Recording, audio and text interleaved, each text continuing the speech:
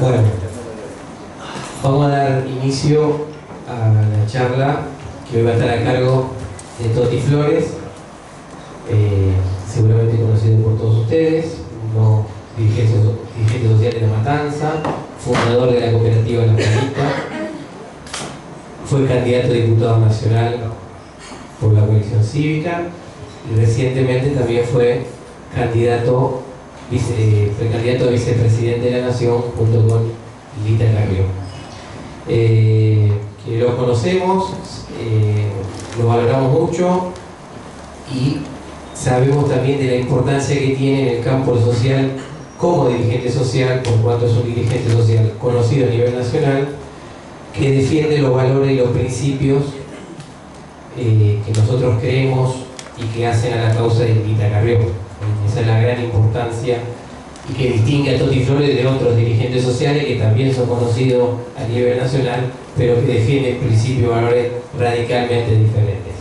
La charla de hoy tiene que ver con el conurbano, con la problemática del conurbano, y dicho esto, lo dejo con Toti. La idea es que dure aproximadamente una hora, ¿no? Una media hora, unos 40 minutos de presentación de Toti, y después que tengan la chance de hacerle preguntas con absoluta libertad en función de los intereses que ustedes tengan y de la charla. Muchas gracias por la invitación a estar aquí. Siempre es un placer estar en el instituto y siempre también con esta tarea que te da Carrió. Hoy a la mañana me dice, no voy a ir, anda al instituto y yo soy un soldado del movimiento y le digo qué tengo que decir y me dice hablar sobre el conurbano. Pero qué cosa, lo que siempre sabe decir. O sea que vengo a decir lo que siempre sé decir con el permiso de Carrió, digamos, ¿no? Alguna vez me dio una tarea más difícil Carrió, me acuerdo en el conflicto del campo. En Gualeguaychú eran los piquetes más grosos, ahí muy fuerte, y teníamos la idea de que podían, como se dice en la jerga, voy a hablar bastante como en el barrio, para que el conurbano, digamos, ¿no? Como se dice en la jerga en el barrio, le querían tirar un muerto a De Angeli, y decir que en el conflicto le echaran la culpa de Angeli de alguna cosa que iba a pasar con los camioneros, qué sé yo. Y entonces Carrió, yo era diputado, me dice anda a Gualeguaychú. El conflicto empezaba, el corte de ruta el día lunes a la medianoche y terminaba el sábado de la semana que transcurría, eran 5 o 6 días. Entonces me voy, domingo a la tarde, estoy a la noche, había alguna escaramuza ahí cuando se empezaban el corte de ruta, pero no pasó a mayores. Yo tenía tarea en la cámara el día lunes y digo, bueno, está todo tranquilo, me vuelvo sin avisarle a Carrió. Carrió me dijo, andá, quédate allá. Y yo, bueno, no pasa nada. Llego a casa, duermo un rato y me estoy viniendo para la cámara, tipo 11 de la mañana. Y había un tío bárbaro que por televisión se veía y Carrió me pregunta, ¿estás en Gualeguaychú? Le digo, no, me vine porque no pasaba nada. Me dice, no, andá, que hay un tío bárbaro. Y le digo, bueno, pero me vine porque no sabía qué hacer. Y me dice, no, andá, da testimonio. Le digo, ¿pero qué da testimonio? Me dice, no, metete ahí que la gente te vea. Digo, pues mirá que los camioneros y los productores son gente grande, que tengo que apartar, que no se pelee. Dice, bueno, vos sos piquetero, andá y fíjate qué hacer. Y la verdad que fue impresionante esa actividad, porque cada vez que iba a haber un enfrentamiento aparecía yo con el teléfono diciendo, me decían, hablale a Carrió que denuncie en los medios que acá vienen a provocarnos, bla, bla. Yo agarraba el teléfono, hablaba con alguno, no era con Carrió, porque Carrió no me atendía todas las veces que le hablaba. Y así pasó una semana. Durante toda la semana, hasta que levantaron un poquito, no pasó nada. Pero me vine con la duda de a qué me había mandado estar una semana en Gualeguaychú, ahí en medio del piquete. Bueno, yo iba, venía, dormía ahí, qué sé yo, y estuve ahí. Y me dijo, no, tenía que dar testimonio, porque el testimonio es lo que hace a la política. Es decir, vos das testimonio de algo si sos una persona que creíble, entonces se abortó la operación de tirarlo muerto a DH. Es maravilloso. Así elabora la política Carrió, digamos. Para eso tiene que tener personas como nosotros que operamos en el terreno muchas veces solamente llevado por la enorme confianza que le tenemos a quien nos lidera, digamos, ¿no? Sin saber muy bien por dónde. Por lo menos esa es mi. Yo soy un audaz, digo, no sé, otras personas necesitan más argumentos. Yo Carrió me dice alguna línea y lo desarrollo. Toda esta anécdota es para contarle que la cuestión de el conurbano que le voy a hablar hoy también tiene que ver con alguna charla que tuvimos con Carrió allá por el 2013 en La Juanita. 2013 estaba todo el lío de UNEN y de sectores, qué sé yo, y ella nos dice tenemos que lograr derrotar al kirchnerismo con una alianza más amplia, qué sé yo, como para generar las posibilidades de entrar a los lugares que el Estado dice que no entra, porque en realidad es una trampa, porque es que no quieren entrar y entonces a nosotros no nos permite jugar un rol importante en estos sectores del conurbano. Y nos da el ejemplo como cuando íbamos a algunos barrios, fundamentalmente una experiencia que hicimos muy fuerte, de una caminata de Lidita Carrió en la Villa Santos Vega de La Matanza, donde la gente los saludaba, le tiraba carta, nos daba a nosotros para que lo entregamos a través de la ventana, en la villa, digamos, ya caminaba por el pasillo de la villa, la gente lo saludaba, pero no se animaba a acercársele por miedo a que los punteros, de los cuales dependían esta gente con los planes sociales, pudieran identificarlo y tuvieran represalia. Pero se veía la admiración que tenía esta mujer, pero no podía ser. Ella nos explicaba que con un cambio de gobierno estas cosas iban a desaparecer. Y entonces, como toda la idea que da Carrió, yo me puse a leer, no a estudiar, porque por eso hay que ser sistemático. Yo soy un lector, leo un poco, otro, pero me puse a leer sobre las ciudades como México, como Medellín, como Bogotá, cómo se habían desarrollado, digamos, ¿no?, estas ciudades con un conglomerado de sectores periféricos que marcaban la impronta en estas ciudades. ¿Qué sé yo? Si uno dice, o decía, hace 5 o 10 años atrás, ¿cuál es la característica fundamental de Medellín? ¿Qué me dirían ustedes? Es una ciudad modelo. Antes, ahora sí, antes, hace 10 años. Narcotráfico, droga, narcotráfico, qué sé yo. Le da la impronta, digamos, ¿no?, toda esta cuestión. O México, una marginalidad, violencia, todas esas cosas. Bueno, y a partir de estudiar esto y de empezar a leer sobre esto, empecé a pensar de que hay una política para desarrollar lo que nosotros llamamos conurbano. Y de lo que más conocemos es el conurbano bonaerense, pero que en el proceso que se fue dando ante el éxito político para algunas fuerzas que gobiernan con este conurbano y que necesitan este conurbano, lo fueron desarrollando en otras ciudades. Es decir, hoy Rosario tiene un conurbano tan parecido al de Buenos Aires, o peor, digamos, ¿no?, en el sentido de lo que es la violencia y toda esa historia, ¿no?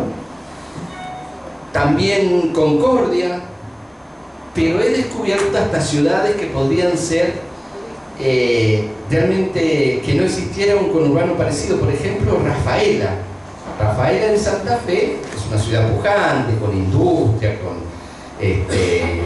fuerzas económicas muy activas, con un municipio emprendedor, más allá de las posturas políticas que uno tiene.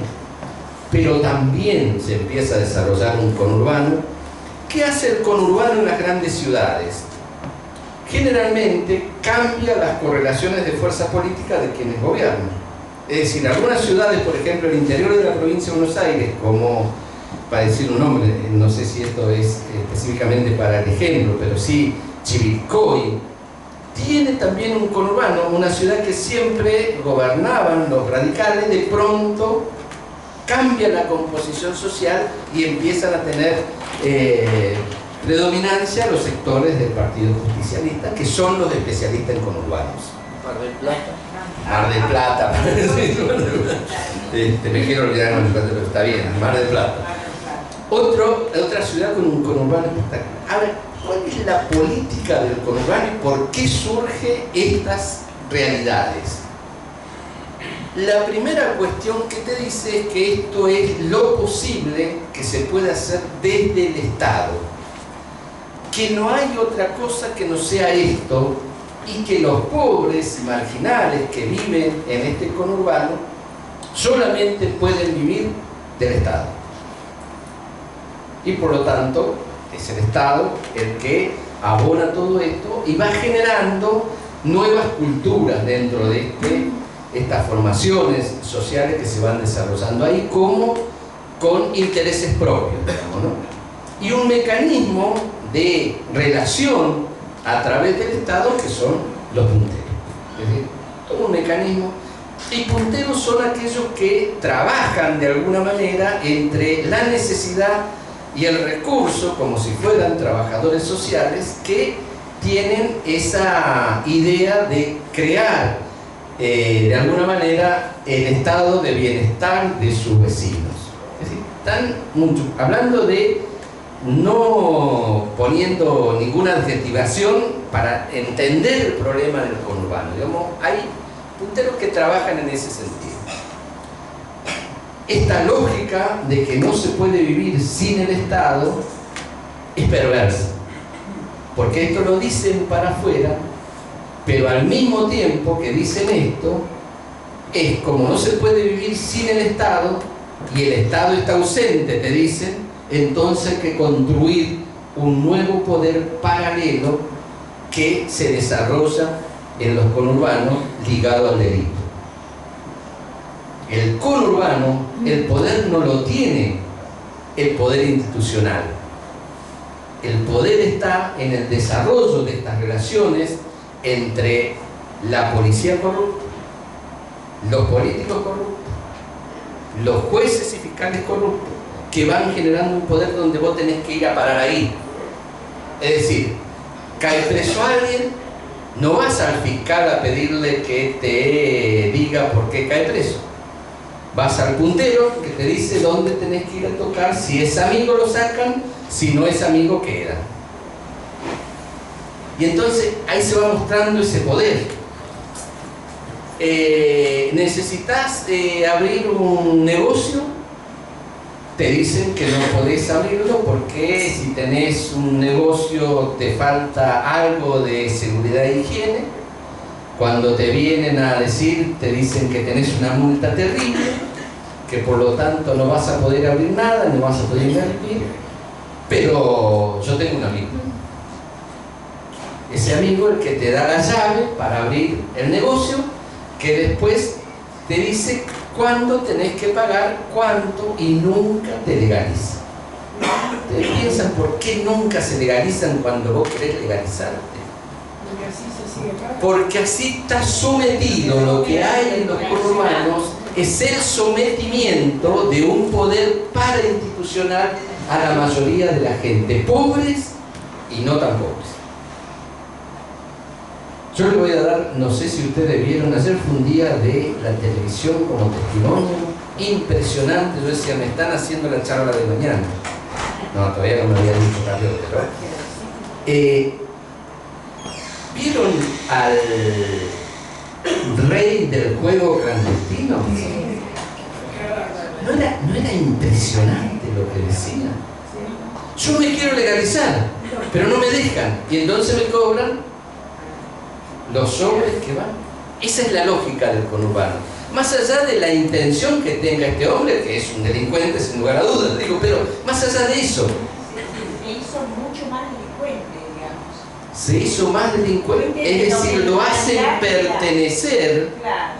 pertenecer a la lógica del conurbano, donde no podés sin el Estado, pero yo tengo un Estado paralelo. La lógica del conurbano es el poder parainstitucional. Pero no solamente eso, fíjense que muchas veces también aparece en la tele y uno dice: hay una toma de terreno en el partido de Moreno, o de La Matanza, o de Berazategui, para ir a todo.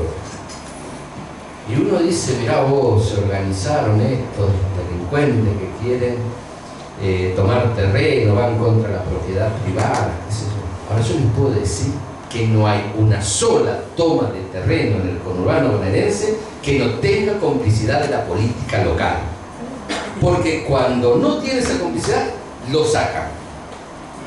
Es muy fácil desalojar un asentamiento, porque tenés inteligencia, sabés los terrenos que tienen problemas con el Estado, y muchas veces la toma del terreno es la lógica de la venganza de aquellos propietarios que han entrado en conflicto con el municipio y que le hacen tomar el terreno.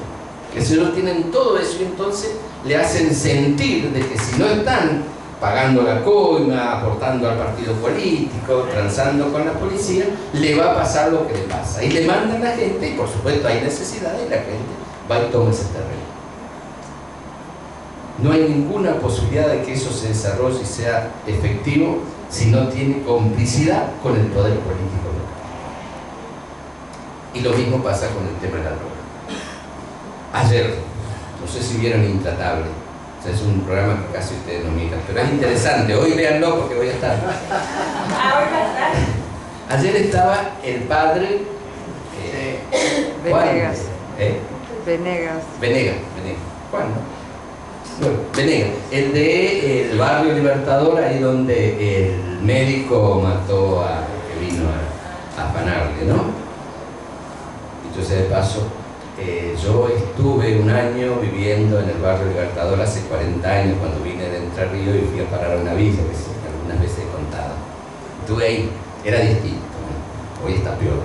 Ahora, 40 años después está peor el barrio Libertador, la villa, está peor.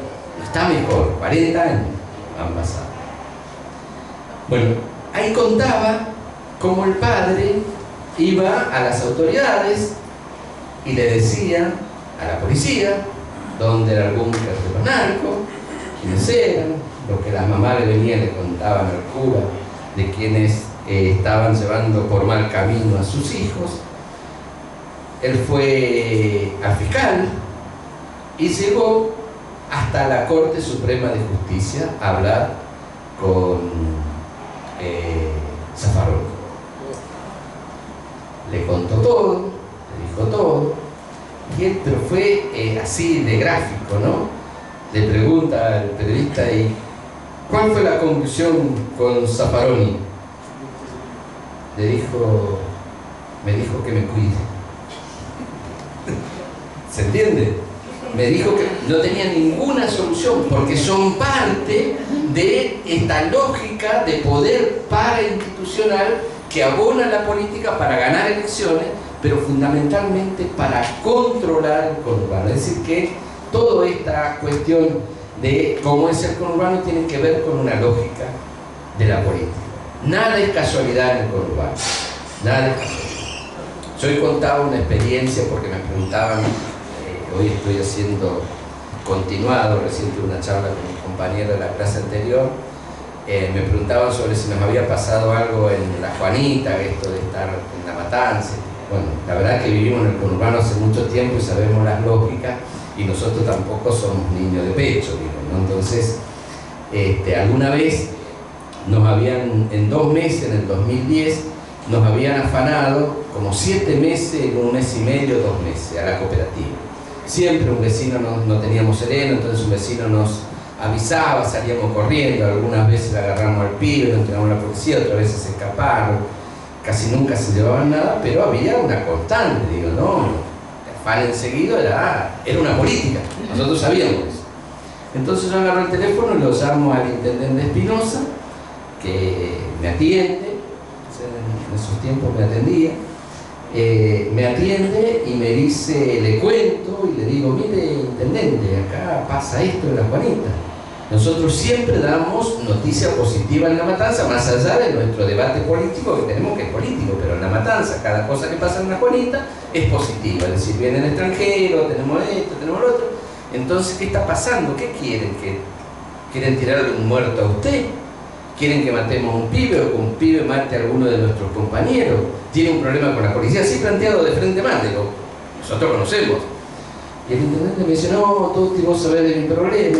¿Saben cuál problema del intendente Espinosa? Que era consumidor. Y estoy trabajando con 5.000 chicos para sacarle la droga, bla, bla. Y bueno, entendemos, pero algo pasa. Y me dice, sí, mandame una persona de tu confianza, lo vengas vos, porque viste, si nos ven juntos, que sea, lo castigaba Cristina seguramente. Entonces, y fue Jorge, que está por ahí, Jorge Nasante, con otro compañero, a hablar con una persona de confianza del intendente. 2010. Nunca más afanaron nada. El control, ahí donde se siente, el control del poder parainstitucional estaba ahí. Controlaba sin lugar a dudas. Evidentemente era una política.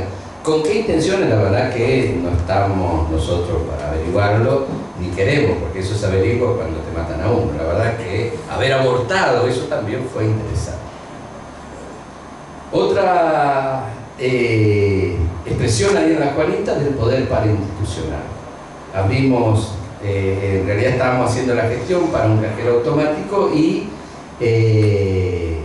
el Banco Santander dice de poner una sucursal ahí, o un punto de venta, que eso que para nosotros era maravilloso tener ahí, pero nos dice que compran el terreno, empiezan a desarrollar el proyecto y por allá por agosto, septiembre creo, me llaman y me dicen, pero no sale el permiso de obra, hemos aportado todo, gente que conoce, digamos, no estamos hablando de una cooperativa como la nuestra, que por ahí, no, habían construido decenas de sucursales.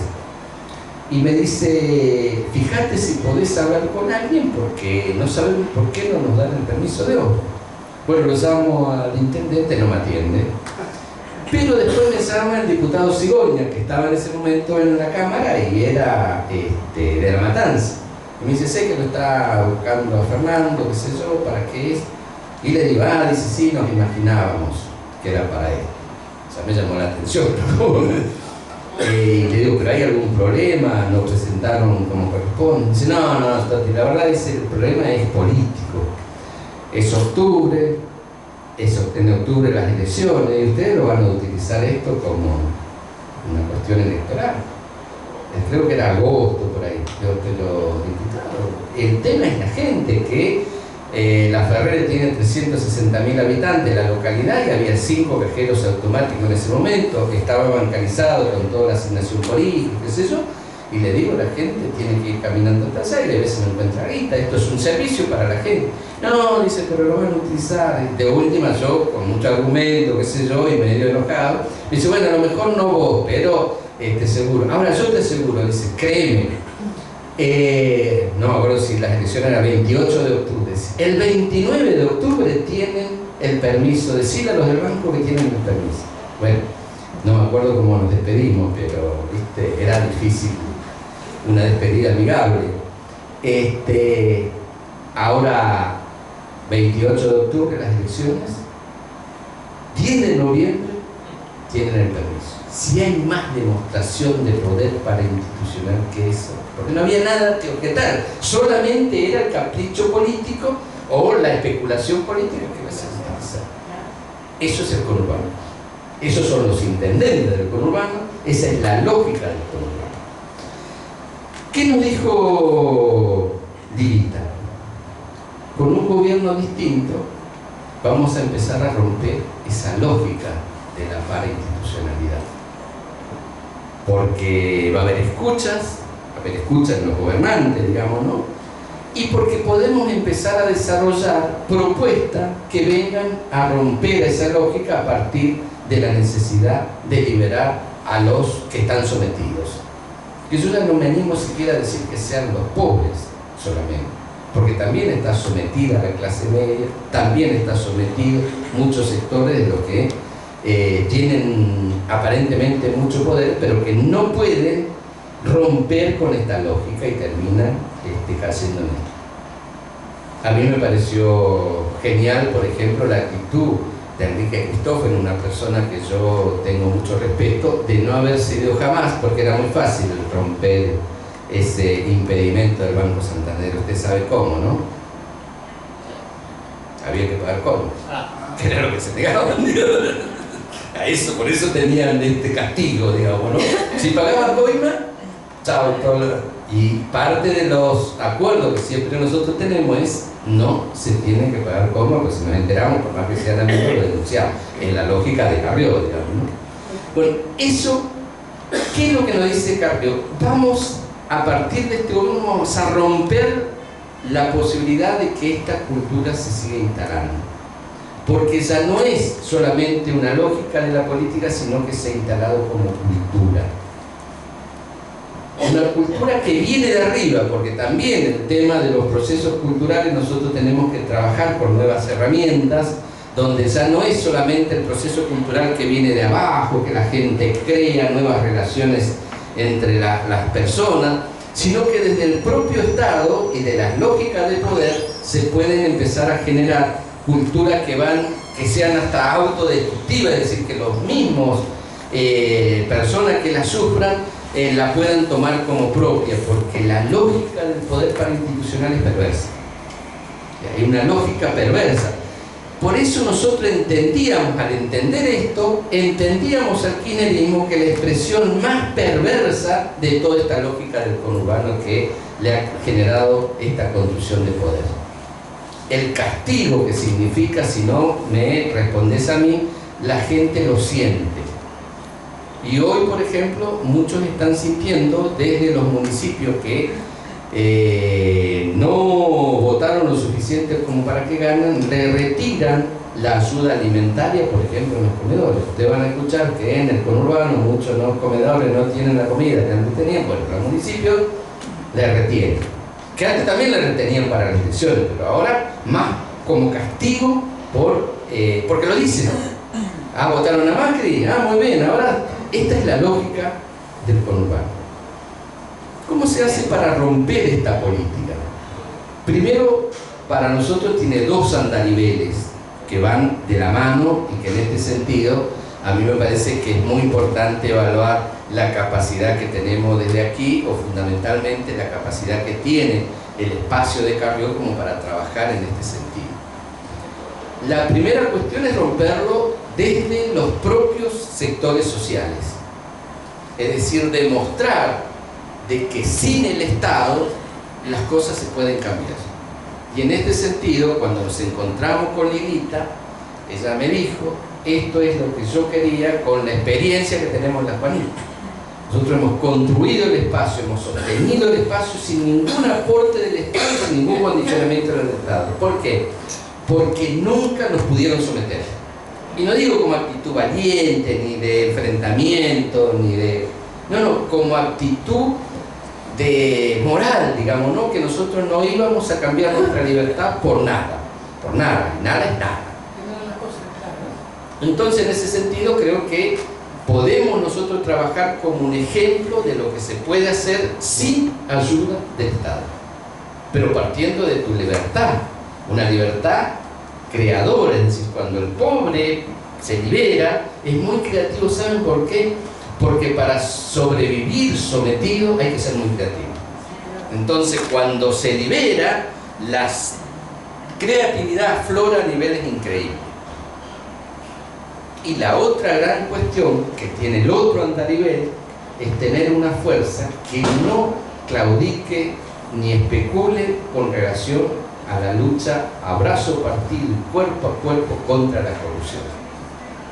La corrupción como lógica, es decir, y bueno, necesitamos hacer obras públicas rápidas, pero el procedimiento es que para ser rápido hay que saltear 3 pasos del procedimiento legal, porque nos demanda la sociedad, cuando entras en esa, aumento tarifario. Nadie niega pero había que hacer las audiencias públicas, porque si no quedas sometido a esa lógica parainstitucional del acuerdo entre los jueces, esto y lo otro, y le vas dando poder a determinados sectores corruptos. Ahora, todos estos sectores provocan de alguna manera esa posibilidad de que recurran a ellos por fuera de las instituciones para lograr destrabar algunas cosas. Es lo mismo que pasa en el conurbano, es decir, que la lógica del conurbano también se instala en otros sectores de la política para... Bueno, ahí ya no tiene que ver con la liberación de los pobres, sino que hay que combatir la corrupción. Y en ese sentido nosotros no nos faltan personas, digo, bueno, el caso de Lindita, Paula, Sánchez, todos los compañeros que acá están denunciando permanentemente todo lo que pasa. ¿Y hay que investigar mucho? No, la verdad que son tan evidentes, las lógicas son tan evidentes que lo que hay que hacer es tener la valentía y la posibilidad de investigar rápido y denunciar. No me acuerdo qué denuncia decía Carrió, sobre la aduana. En una semana chequearon todos los compañeros. Ahora, la lógica de la corrupción, del poder parainstitucional que viene en la aduana, viene desde hace mucho tiempo. Y acá me quiero detener. Es el kirchnerismo el dueño de la lógica de la corrupción y del poder parainstitucional, de lo que llamamos el conurbano. Es el más perverso. Es el que ha llevado a una obscenidad que nos pone en evidencia, digo, ¿no? El kirchnerismo, fruto del kirchnerismo, es el capo del juego clandestino, que dice, sin ningún problema, pero fíjense ustedes, ¿no? Porque este señor sale libre amparándose en las leyes, porque lo único que ha hecho, tenía ahí 10 sobres para la cana, para las distintas comisarías, $750.000, $250.000 pesos, ahí parece recaudación del día o de la semana. Ahora él, para lo único que pueden aplicarle es una contravención, porque es una contravención al delito o a la ley de juego, y sale y después hace estas declaraciones.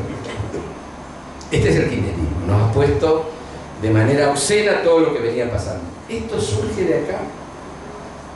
No, para mí, y esto me parece que nosotros tenemos que hacerlo política, es el resultado de un proceso de transformación cultural que la expresión más fuerte que tuvo en el conurbano bonaerense fue con la gobernación de Duhalde, cuando se instaló, y lo instalaron los periodistas, y lo instalaron los punteros políticos, el robo en Peroase.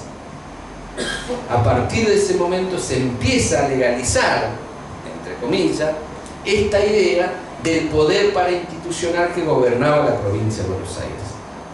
Y esta lógica es lo que nosotros llamamos conurbano, que después se hace de manera extrema con la penetración, porque precisamente en esta lógica estaba la posibilidad de penetrar con la penetración del narcotráfico, donde es muy fácil.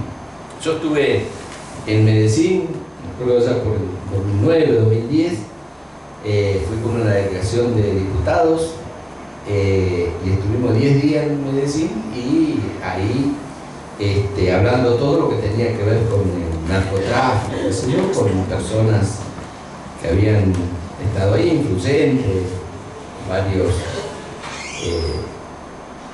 referentes, inclusive el expresidente Samper, gente del Estado que había combatido la droga, que habían desarrollado nuevas iniciativas para poder sacar a Medellín de esta lógica. Estuve en el barrio que era La Guarida de Pablo Escobar, en el barrio Santo Domingo, que me impresionó una biblioteca, que en todo caso te cuento la experiencia. Pero ahí lo que me decía el referente, creo que se llamaba Restrepo, de la lucha contra el narcotráfico, era que Argentina era muy permeable a esto. Me acuerdo que me había dicho, no te preocupes tanto, por la matanza conocían los lugares, los conurbanos, que también ellos habían estudiado las grandes ciudades, preocupate por Nordelta, que fue lo que yo vine y después le dije a Lilita, ¿no? Ella ya lo sabía, pero digo, preocupate por Nordelta. ¿Por qué? Porque el tema central del narcotráfico tiene que ver con la disponibilidad de efectivo. Las compras se hacen de los funcionarios, todas esas cosas, cuando uno tiene efectivo, no cuando tiene cheque o le pide un crédito. No, cuando dispone de efectivo. Y el narcotráfico le te da esa posibilidad. Y también hablando sobre Argentina, que yo le pregunto si había que hacer una brigada de combate muy entrenada, esos perros, toda la historia que uno a veces se imagina, y me dice, no, lo que hay que hacer es una brigada de 200 excelentes contadores, de buenas personas, que puedan penetrar en la finanza del narcotráfico. Y yo seguí insistiendo con Argentina y me dice, ¿usted cómo ve a Argentina? Me dice, Argentina debe ser uno de los países más penetrables por esta lógica que ya estaba instalado con uno y también por el ser argentino. Dice, bueno, tengo la facilidad de obtener, el narcotráfico te estudia a alguna persona que quiere ganar algo, te estudia tu situación financiera, todo, tienen todo el tiempo, porque tiene el Estado a su favor, ¿no? La mano a la fin dice, cómo anda, con cuántos cheques rebotados tiene. Cuando entra en situación de quiebre, te vienen y te ofrecen hacer un trabajo para ellos.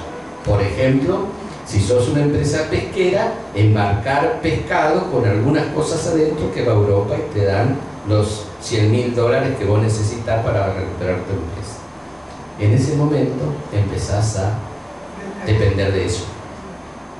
Y el argentino dice, muy permeable, porque en otros países es un poco más difícil, tienen un poco de miedo al Estado, también tienen un poco de miedo a las cosas que parecen. El argentino en general no, es más donde dice, bueno, hago esta y salgo, después no salís más. Así que es permeable también en ese sentido. Y la otra, la penetración en todas las instituciones, que a mí me asombró, porque yo le pregunté si también, por ejemplo, en instituciones en Argentina que eran, que no se podía creer que sucediera, le pregunté las iglesias, y me dijo, sí, las iglesias evangelistas y las católicas. Después pensé, y me dan datos. Después miré algunas películas, esas que pasaba Canal 9, digamos, ¿no? Sobre esto. Y después, últimamente, no hay que mirar películas, hay que mirar noticieros. También la penetración en todas las instituciones. ¿Por qué? Porque está instalada esta cultura. ¿Se entiende? Es esta cultura del poder parainstitucional, y esto se va transmitiendo a los más jóvenes. Los pibes hoy en los barrios ya no admiran a aquel trabajador que hacía su casa con esfuerzo y que estaba preocupado por irse de la villa para ver si sus hijas estudiaban en la universidad, que era un poco lo que pasaba cuando yo vine hace 40 años, que vine a Libertador, como le decía. No, hoy saben aquel que tiene la casa de 2 pisos, que tiene un coche, que cambia, que tiene las mejores mujeres, que va al boliche, que lo lleva, qué sé yo, toda esa historia, y lo van tomando como referentes. O sea que también va cambiando la cuestión de la cultura. ¿Qué hizo el kirchnerismo? Y con esto voy a tratar de sintetizar lo que quiero decir con toda esta cuestión de la cultura del conurbano, como se llama, le dio un andamiaje ideológico. Nosotros podemos decir que en el conurbano fueron pasando distintas culturas que vienen de política del Estado. El quiebre de la cultura del trabajo no fue la gente, yo les doy fe que no fue la gente. Cuando quedamos desocupados, nosotros queríamos trabajo genuino. ¿Qué nos dio el Estado? Planes sociales. Planes trabajar, gobierno de Menem, gobierno de la Rúa, planes sociales. Gobierno de Duhalde, hasta ahí nunca habíamos tenido más planes sociales que con el gobierno de Duhalde. Manzanera y toda la lógica clientelar del gobierno de Duhalde. Gobierno de Néstor, más planes sociales. Cristina, más. Hoy 5 millones de personas viven de algún tipo de plan social. Mire si no hay. Entonces quebró la cultura del trabajo para empezar a generar en estos sectores una cultura de sobrevivencia. Sobrevivir es vivir el día. Todos los días los habitantes de estos conurbanos están pensando en a ver cómo viven ese día sin tener ninguna proyección.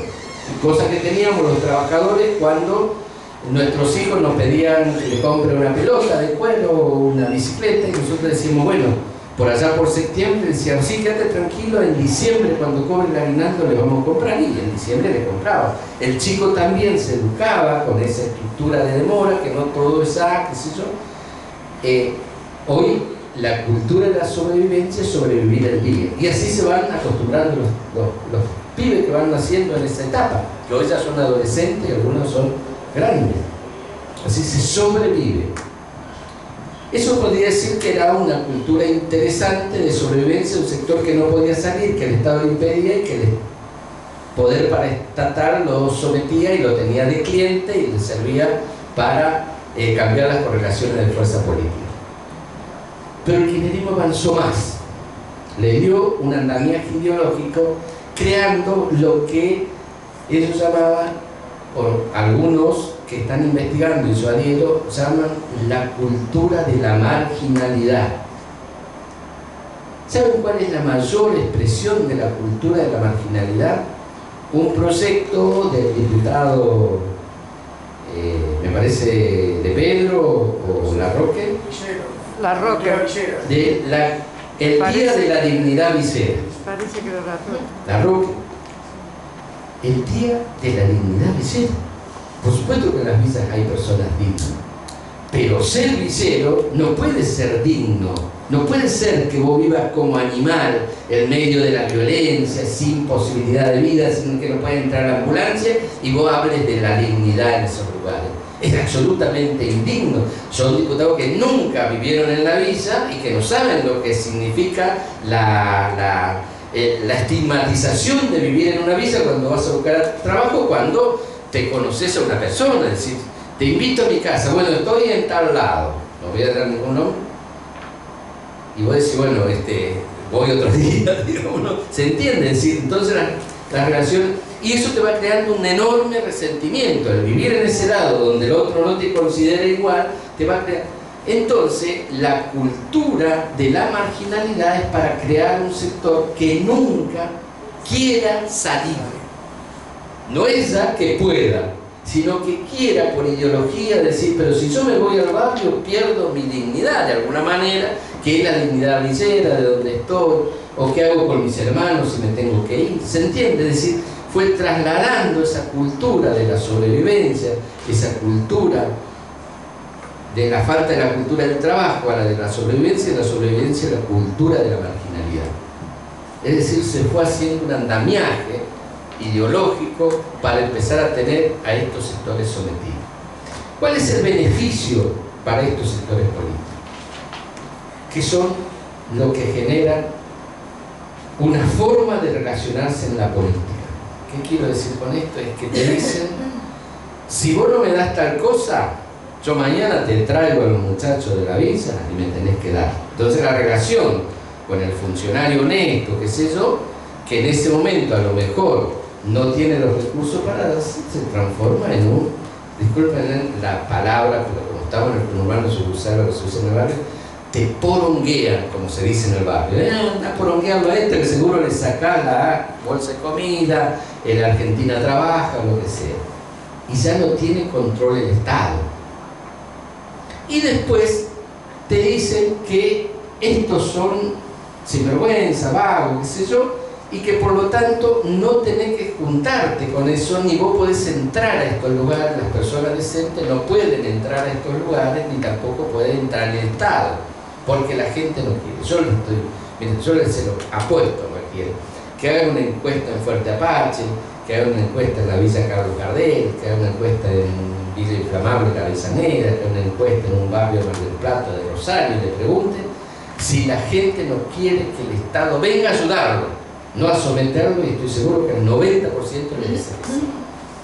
Y es más, si uno hace una encuesta y le pregunta si ellos quieren ser marginales de la villa, del lugar ahí, o qué quieren ser en la sociedad, estoy seguro que la mayoría le dice quiero ser de clase media. Es más, nosotros tenemos identificado con algunos chicos que han ido a hacer encuestas y que le preguntan a un kiosquero de uno de estos barrios y le dice, ¿vos cómo te ubicás socialmente en estos 3 o 4 estamentos de la sociedad? Pobre, clase media, rico, atentado, qué sé yo. Y la mayoría de los que tienen un kiosco se consideran de clase media.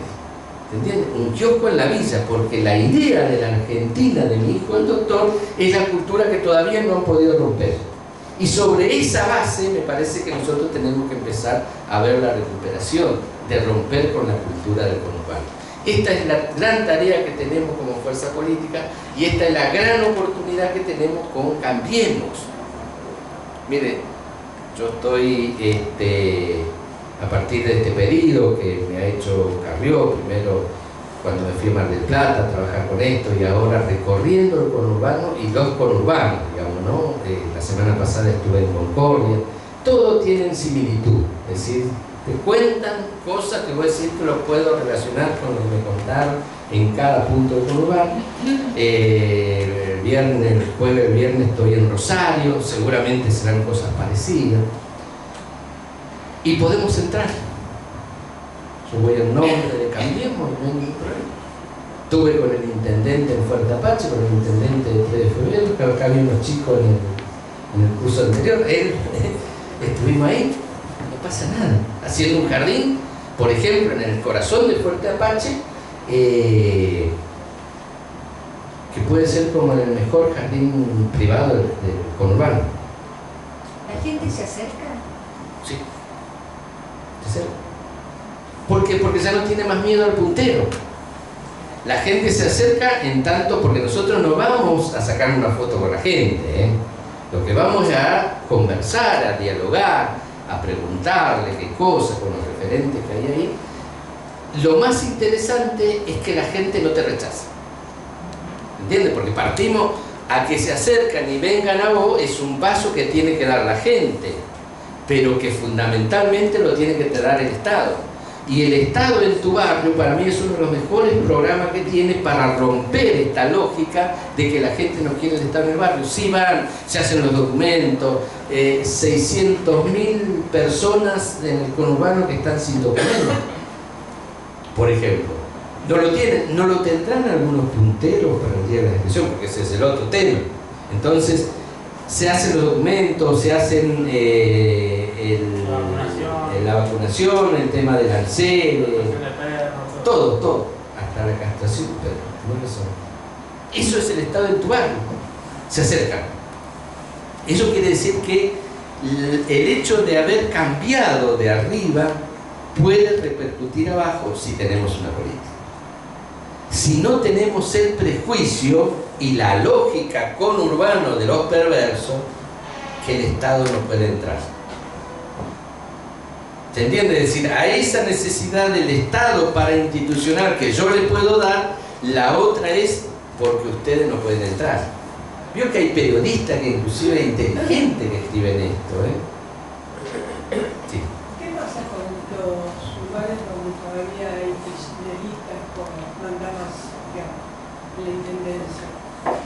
Bien. Acá hay un tema. A mí me parece que el kirchnerismo tiene una fuerte, fundamentalmente los referentes o dirigentes del kirchnerismo tienen una fuerte impronta ideológica, es decir, ellos creen que el gobierno anterior estaba haciendo bien a los pobres dentro de esta lógica, es decir, el Estado no puede, por lo tanto el poder parainstitucional es el único que puede y yo estoy dentro de esto y por lo tanto estoy bien. Esos dirigentes en algún momento creo que van a entrar en la lógica distinta de que si son honestos y están queriendo bien a la gente y el Estado les muestra, no es peligroso. Claro, pero mientras tanto, ¿se puede entrar ahí? Sí. Nosotros entramos. Lo importante, creo lo que dice Toki es que se perdió el miedo a entrar. Antes que no se entraba y ahora sí, entonces la gente lo valora también. Mire, yo he trabajado con las cooperativas de la Argentina Trabaja, en Mar del Plata, por ejemplo, y de 50, 70 cooperativas que había, la mayoría tenía su nombre alguna impronta del gobierno anterior. Algunas se llamaba Venceremos, otra el Che Guevara, otra Néstor Kirchner, otra el Flaco. otro Avance Morocha, otra La Morocha. Todas esas cooperativas de Argentina trabajan. Cuando vos le dabas la posibilidad, venían a ver. Porque esas cooperativas están relacionadas con el Estado en la búsqueda del bienestar. Hay un problema mayor que no son esas cooperativas kirchneristas, solamente, que son aquellos punteros ligados al tema del delito y fundamentalmente el de la droga. Por eso no necesitan del Estado. La posibilidad que si tomamos las organizaciones sociales opositoras y lo disciplinamos a partir de una relación buena y de darle cosas, soluciona el problema, no es verdad. Necesitamos tener una política muy ofensiva de penetración, de lucha contra el delito, porque si no nos quedamos ahí. Y las organizaciones en el barrio, que muchas veces la dirigen estos punteros, no necesitan de los planes sociales ni para sobrevivir ni para dar ayuda, lo hacen a través de los que recaudan a través de la droga. Y el grave peligro que hoy tiene el conurbano es las nuevas formas que fue adquiriendo esta avanzada del delito, con la organización de sicarios, de pibes que están armados, que también la televisión nos ha traído de manera brutal, y de una organización que Carrión me parece que lo está tomando como muy importante, que es la organización de estos barrios ligados al fútbol a través de las barras bravas. ¿Saben por qué? Las barras bravas son el grupo de choque más importante que tiene hoy el delito. ¿Por qué? Imagínense 50 barras bravas, no digo 2.000, 5.000, con zona liberada, porque acá hablamos del poder parainstitucional. Yo le digo al jefe de la barra brava, te doy tanto, lo que te doy en el partido, por una hora, media hora, 20 minutos, no va a haber poder ahí que te reprima, y te lo largo en la calle Florida. 20 minutos. Un día, no sé cuál es el día que más gente tiene en la calle Florida. ¿Sábado? Todos los días. Cualquier día de la semana, cualquier hora del día, 50 barras bravas, con zona liberada. Hago un escándalo. ¿Y sabe que saco? La foto de la ingobernabilidad en la República Argentina. ¿Y qué pasa? Todos los que estaban queriendo estabilidad para invertir en Argentina no vienen. Ese es el poder más importante que tiene este poder parainstitucional, que yo ya no lo llamaría kirchnerismo solamente, porque esto está en todos los lugares, el poder parainstitucional del delito, el que no quiere la recuperación de la Argentina de las instituciones de la República. Es decir, por acá el proceso es mucho más profundo de lo que nosotros creemos, no es solamente el tema del delito, los beneficios que da el delito, sino que también orada la posibilidad de que Argentina vaya a un país estable, un país donde las cuestiones institucionales sean los que predominen. Eso sí me parece que es un problema. Sí. Te pregunto acá, Gloria Sachi, que no pudo venir, me pido que te pregunte lo siguiente. ¿Qué opinas de la participación de la matanza, de la partición de la matanza, y cómo ves lo que dice Massa de preguntar a los vecinos? No, a mí me parece ahí, Mariano Álvarez tiene algunos escritos sobre eso. Primero, que La Matanza es un distrito que es necesario dividirlo. Esto lo venimos diciendo desde hace mucho tiempo. Lo que no puede ser es parte de un botín donde, como no podemos ganar La Matanza, entonces dividimos el poder para después desde ahí repartirlo como si fuera una pizza a distintos intendentes de distintos gobiernos. Yo creo que tiene que haber un intenso debate en La Matanza, cuáles son los lugares que son más pobres y que no tienen viabilidad económica, como el caso de La Ferrere, que no tiene industria, que no tiene fábrica, que tiene un parque industrial que fue un blef absoluta, que también lo denunciamos en La Nata hace poco. Darnos un tiempo y que sean los propios matanceros los que vayan eligiendo también quiénes van a ser las autoridades que van a llevar adelante la tarea de partición de la matanza. no puede ser un ajuste de cuentas. ¿Por qué? Porque políticamente no sería interesante. Imagínense si hoy, desde la mayoría que tiene Cambiemos, con otros grupos, con el GEN, con el Partido Renovador, se impone desde arriba la partición de La Matanza, el día del tratamiento tenés 30, 40 mil matanceros diciendo que no, porque los sectores más pobres no quieren, porque ven el peligro de quedarse sin nada. En Ramos Mejía, por supuesto, quieren, porque ahí se hace un municipio autónomo, no hay ningún problema, porque tienen los recursos. Entonces hay que generar un debate para ver de dónde vamos a sacar los recursos y a partir de ahí ver si la opinión de la mayoría de la gente en qué momento hay que dividirlo. Pero que hay que dividirlo no hay ninguna duda, digo, ¿no?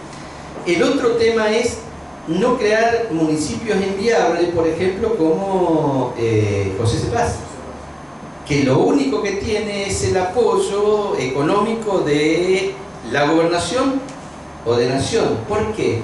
Porque crea clientelismo superestructural, esa María solo. Entonces dependés. Es lo mismo que pasa en la bolsa de comida, nada más que depende del intendente.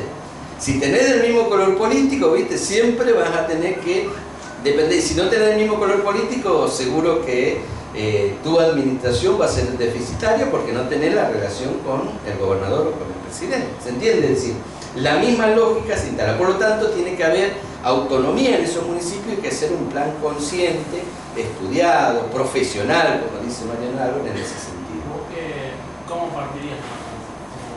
Como viste que dicen 4 partes. ¿Considerás que esas 4 partes no están de la mejor manera? No, a mí me parece que hay que hacer un estudio profesional, digamos, ¿no? Para darle viabilidad y partirlo de acuerdo a lo que ese estudio diga que es lo más viable y más equitativo para todos. Nosotros tenemos un primer problema en el distrito que quedaría de La Ferrer. Ahí hay cosas que son incompatibles. Por ejemplo, Mariano es del AFE y yo soy del Bronx. Y ahí no hay, viste, Casanova y La Ferrer, y los equipos que jugamos ahí no son compatibles. Así que lo primero que tenemos que ver es a ver cómo sacamos el tema futbolístico. No está pensado, digamos, ¿no? Profesionalmente, como para decir, mirá, queda esto, cuáles son las razones culturales que nos unen como distrito. Es decir, me da la impresión que salió como una cosa de tomar protagonismo de partidos que no consideran a La Matanza como posible de modificar.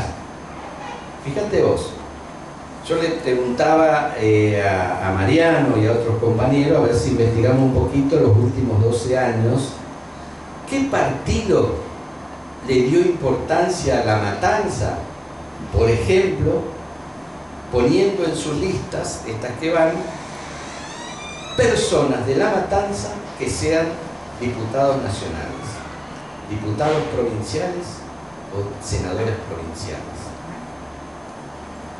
Carrió sí, yo fui diputado 2007-2011. Carrió hizo el acto de fin de campaña en San Justo, cuando le decían no se puede hacer, se acuerda que estábamos todos muy asustados.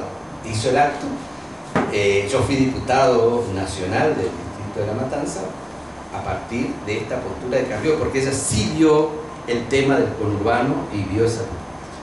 Yo creo, estamos investigando, pero me parece que ningún otro partido puso de posibilidad de ser el diputado nacional que no sea el Frente para la Victoria, que sí le da importancia a La Matanza, porque lo controla. Bueno, lo primero que me parece que tienen que hacer estos partidos es generar la posibilidad que en las próximas elecciones haya representantes de La Matanza en cada uno de los distritos y que el pedido de división de La Matanza venga de los propios matanceros. Primera cuestión, me parece, de lógica que tenemos que empezar a trabajar y que no sea desde afuera que vengan algún dirigente. Es decir, hasta ahora todos los proyectos de división vinieron de afuera. Y Carrió reincidió con candidatos de La Matanza. Es el conurbano, y vamos a Buenos Aires. La unidad del conurbano es de la intendencia y aparte que hay interconexión, son células o ¿cómo es? Digamos, ¿son orgánicos todos ellos o cada uno actúa, digamos? Yo diría que es un poder parainstitucional, es decir, no orgánico en el sentido que nosotros conocemos, no orgánico en las instituciones de la República, no orgánico en ese sentido, pero sí que tienen jefes que son distribuidos en las zonas. Y los jefes muchas veces son los que uno no conoce, qué sé yo, hay veces, yo siempre digo, se cambia un comisario de una división en La Matanza. Y en las villas hay tiros y muertos. ¿Por qué? Porque se cambia toda la estructura. El que viene con otra estructura, digamos. Entonces, algunos cobran más caro, qué sé yo. Estoy diciendo cosas que todo el mundo conoce, digamos que las comisarías se pagan, todo y todo. Bueno, entonces hay un poder generalmente de tipo mafioso, donde las divisiones son por fuera de lo que nosotros conocemos como divisiones institucionales. En La Matanza a lo mejor está dividido en 3 o 4 hace rato, digo, la mafia, digamos, la mafia en La Matanza a lo mejor pensándolo bien no estará relacionado con eso la división de La Matanza. Bueno, pero también en otras zonas del conurbano 2 o 3 distritos están juntos, digamos, ¿no? Como para poder operar en el mismo sentido. Y yo creo que tienen una cabeza siempre tienen una cabeza en la provincia de Buenos Aires, siempre. Yo una vez hablaba con Stornelli por otro tema, era un programa que me habían presentado de integración, que era muy importante, entre el delito y las víctimas, de llevarlo afuera de un país, después traerlo a la comunidad y largarlo ahí para que se baje el nivel de violencia. Era muy interesante. Fui a hablar con el secretario de Seguridad de la provincia, que era Stornelli, y después de explicarle y decirle, mirá, esto es difícil, todo, fíjate, porque es... Después de hablar un montón de cosas, me dice, pero aparte no es fácil, dice, porque yo tengo que lidiar acá con esta banda de las gorras. Pero el ministro, usted es el ministro, póngalo en acá, si no, no puedo. Fui. En el mismo sentido que le dijo, en otro sentido, yo creo que Stornelli es un tipo honesto que quería combatir, pero se veía imposibilitado, no en el mismo sentido, sino en otro sentido, lo que le dice el juez Zaffaroni al padre Venegas, aparece como imposible doblegar esto. Creo que en este sentido lo que no nos tiene que ganar es la desesperanza de que se puede teniendo una política de trabajar con la cuestión social como una convergencia de la lucha contra la corrupción, porque la corrupción es lo que genera que haya pobres en la Argentina, no por la falta de recursos, es la corrupción. Y creo que nosotros estamos viviendo un proceso donde la sociedad está tomando conciencia de esto. Y también le digo desde el conurbano, ¿no? Mi visión desde el conurbano, ¿cómo fue tomando conciencia? Primero porque ya estaba instalado la necesidad de cambio, por eso votaron a Cambiemos, que es lo que le demanda a la sociedad, que es un proceso que viene desde las movilizaciones del 2012, demandando más república, esas cosas que muchas veces no se entendía, que algunos se quiso apropiar y no les salió bien. Ese proceso social que viene demandando cambio es lo que generó la posibilidad de un gobierno distinto. ¿Cuál es el próximo paso? Esa misma demanda hace que se vayan instalando la posibilidad de empezar a ver cosas distintas.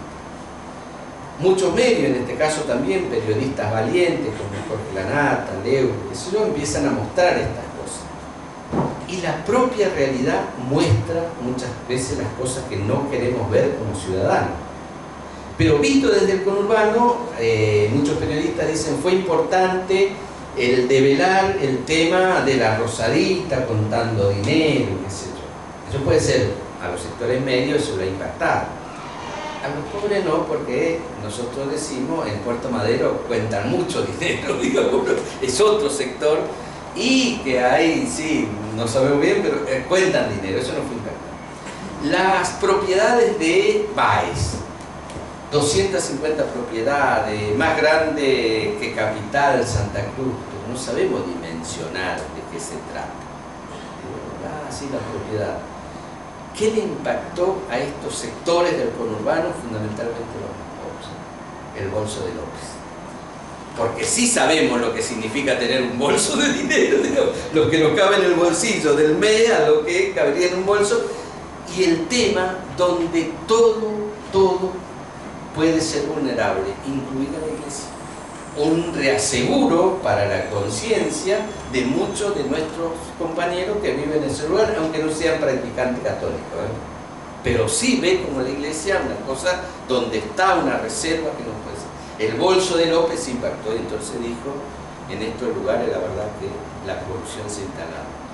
Una reflexión, ya que usted dice que vino acá hace 40 años, ¿no? Pues así lo escuchan del otro lado. Estuvo viviendo en una villa hace 40 años. Yo trabajé, no, viví un año.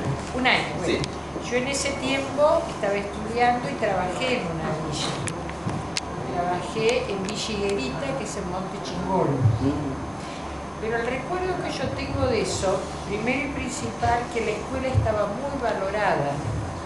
Había un respeto había muchos italianos en ese tiempo, no había tantos paraguayos, peruanos sobre todo, y había un respeto, o sea, los maestros eran un lugar de consulta. Ya en ese tiempo, en esa escuela se les daba a los chicos comida, un desayuno y demás, porque era una escuela que estaba en experimentación.